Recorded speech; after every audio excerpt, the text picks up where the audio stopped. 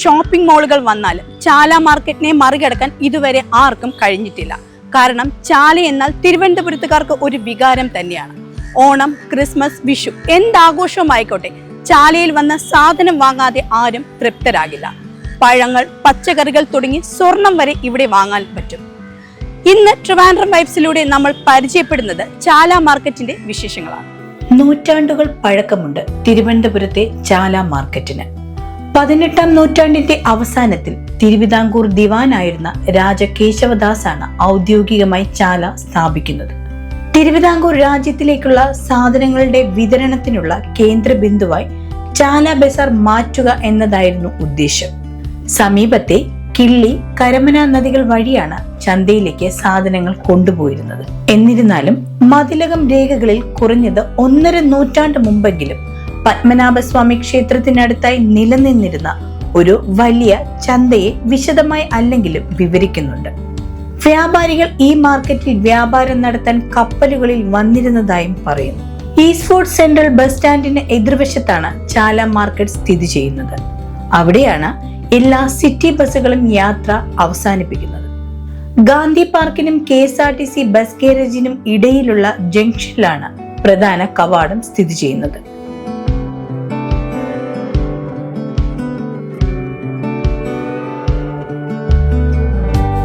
ഇടുങ്ങിയ റോഡിലൂടെ ഏകദേശം 2 കിലോമീറ്ററിൽ അധികം ദൂരമാണ് ചാല വ്യാപിച്ചു കിടക്കുന്നത്.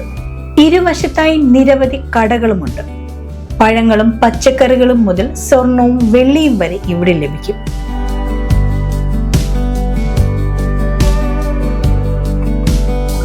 ലോകത്തെവിടെയും കിട്ടാത്തതും ചാലയിൽ കിട്ടുമെന്നൊരു പ്രയോഗവുമുണ്ട്. കായൽ, കടൽ മത്സ്യങ്ങൾ ഇവിടുത്തെ സവിശേഷതയാണ്. ചാലയിലേക്ക് കയറിയാൽ ഏറ്റവും അധികം കാണപ്പെടുന്നത് സ്വർണ്ണക്കടകളാണ്. ഇവർക്ക് സ്വർണ്ണാഭരണങ്ങൾ നിർമ്മിച്ചു നൽകുന്ന സ്വർണ്ണ പണിക്കാരും ഇവിടെ തന്നെയുണ്ട്. വളരെ ശ്രദ്ധയും ക്ഷമയും ആവശ്യമുള്ള തൊഴിലാണ് ഇത്.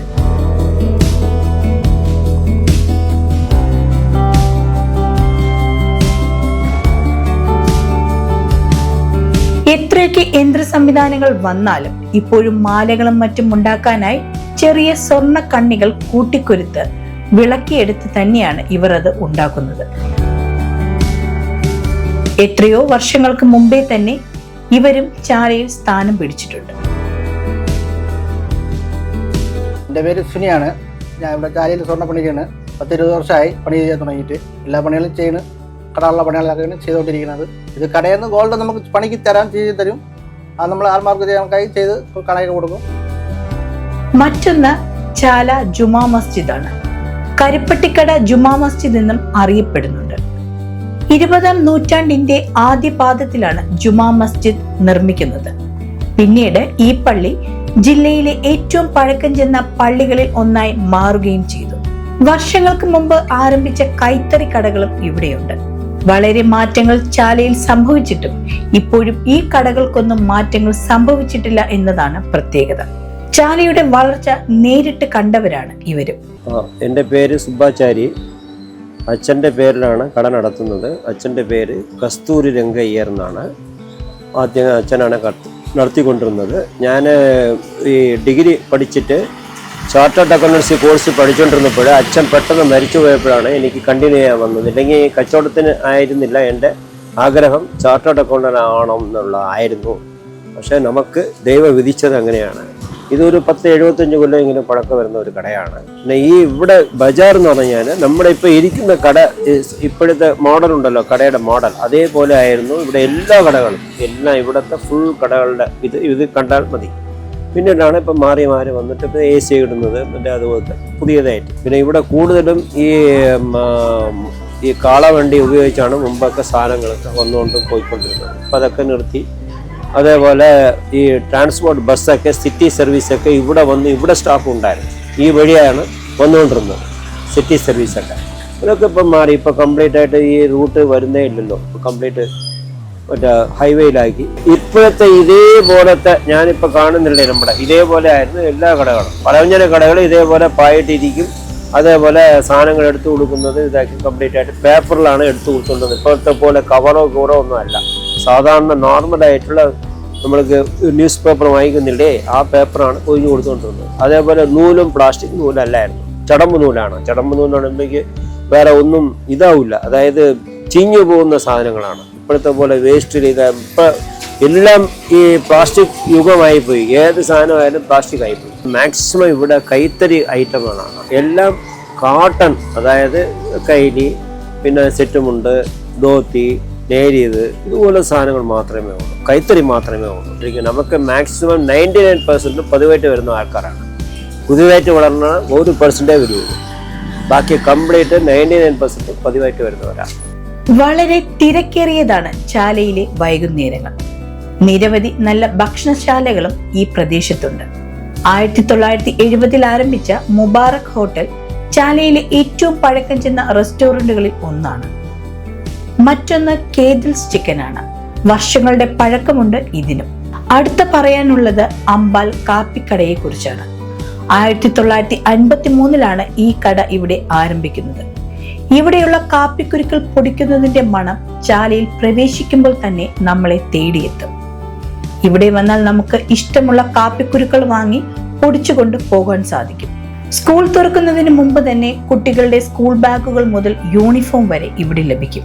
ഉത്സവകാലങ്ങളാണ് ചാലയുടെ പീക്ക് സീസണുകൾ, പ്രത്യേകിച്ച് ഓണക്കാലം. ഓണം വന്നു കഴിഞ്ഞാൽ ചാലയിൽ കാലുകുത്താൻ സ്ഥലം ലഭിക്കില്ല എന്ന് പറഞ്ഞും കേട്ടിട്ടുണ്ട്.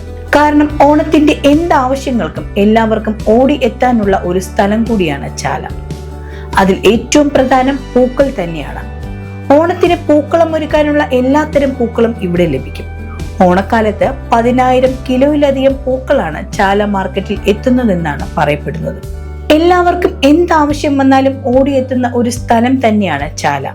പക്ഷേ ചാല നേരിടുന്ന ബുദ്ധിമുട്ടുകൾ പലതാണ്. പുരാതന വ്യാപാരികൾ ഉണ്ടായിരുന്ന ഒരു സ്ഥലമാണ്. അതായത് പഴയ കാലത്ത് ഒരുപാട് വ്യാപാരികൾ നിലകൊണ്ടിരുന്നൊരു മേഖലയാണ്. ഇന്ന് അവരുടെ ചെറുമക്കളൊക്കെയാണ് ഈ സ്ഥാപനങ്ങൾ നടത്തിക്കൊണ്ടു പോകുന്നത്. ചാലയുടെ പഴയ പ്രൗഢിയല്ല ഇന്ന്. ഒരുപാട് മാറ്റങ്ങൾ സംഭവിച്ചിട്ടുണ്ട്. ചാലയിൽ വ്യാപാരം വളരെയധികം കുറഞ്ഞു വരുന്നൊരു കാലഘട്ടമാണ്. ശരിക്കും പറഞ്ഞു കഴിഞ്ഞാൽ വൻകിട വ്യാപാരികളുടെ കടന്നുകയറ്റം നന്നായിട്ട് ഈ ചാല കമ്പോളത്തെ മൊത്തത്തിൽ ബാധിച്ചിട്ടുണ്ട്. അതുമാത്രമല്ല പാർക്കിംഗ് സൗകര്യം വളരെയധികം ഇവിടെ ഇല്ലയെന്ന് തന്നെ പറയാം. 2 വീലർ കൊണ്ടൊന്ന് പാർക്ക് ചെയ്ത് കഴിഞ്ഞാൽ ഒരു 4 വീലർ വന്നാൽ പാർക്ക് ചെയ്യാൻ പറ്റാത്തൊരവസ്ഥയാണ്.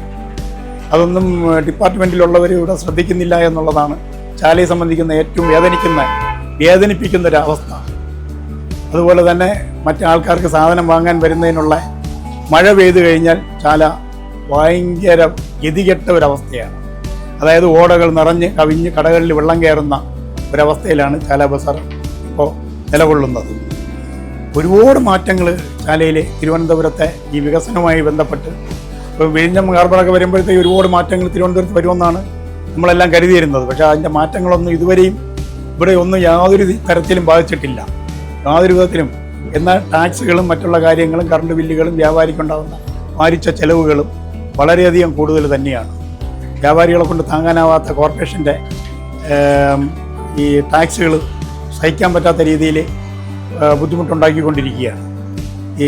എൻ്റെ ഒരു കണക്കുകൂട്ടൽ കറക്റ്റ് ആവുമെന്നെങ്കിൽ ഒരു 4-5 വർഷത്തിനകത്ത് തന്നെ ഇവിടുത്തെ ഒരുപാട് വ്യാപാരികൾ കൂട്ടിപ്പോകേണ്ട ഒരു സാഹചര്യം വരും. അതിലൊക്കെ ഒരു വലിയധികം ഗവൺമെൻറ്റിൻ്റെ ഒരു സഹകരണം വ്യാപാരികൾക്ക് വളരെ അത്യാവശ്യമാണ്. ചാലയുടെ ഒരു സാഹചര്യം വെച്ച് പറയുകയാണെങ്കിൽ ഇവിടുന്ന് എല്ലാ അരിക്കടകളും അതും ഇതും വൻകിട വ്യാപാരികളെല്ലാം ഇവിടുന്ന് പോയി കഴിഞ്ഞു. ഇവിടെ ഉണ്ടായിരുന്ന ബാങ്കുകളെല്ലാം ഇവിടുന്ന് പോയി കഴിഞ്ഞു. മറ്റ് വലിയ വലിയ സ്ഥാപനങ്ങൾ, കുറച്ച് വലിയ ജ്വല്ലറികൾ, രാജകുമാരി ജ്വല്ലറി, അത് ഇത് ഇങ്ങനെ ഒരുപാട് പേരെടുത്ത് പറയാവുന്ന ഒരു ജ്വല്ലറികളൊക്കെ ഇവിടുന്ന് വേറെ റോഡുകളിലേക്കൊക്കെ പോയി കഴിഞ്ഞു. നാഷണൽ ഹൈവേ റോഡിൻ്റെയൊക്കെ ഭാഗങ്ങളിലേക്ക് പോയി കഴിഞ്ഞു.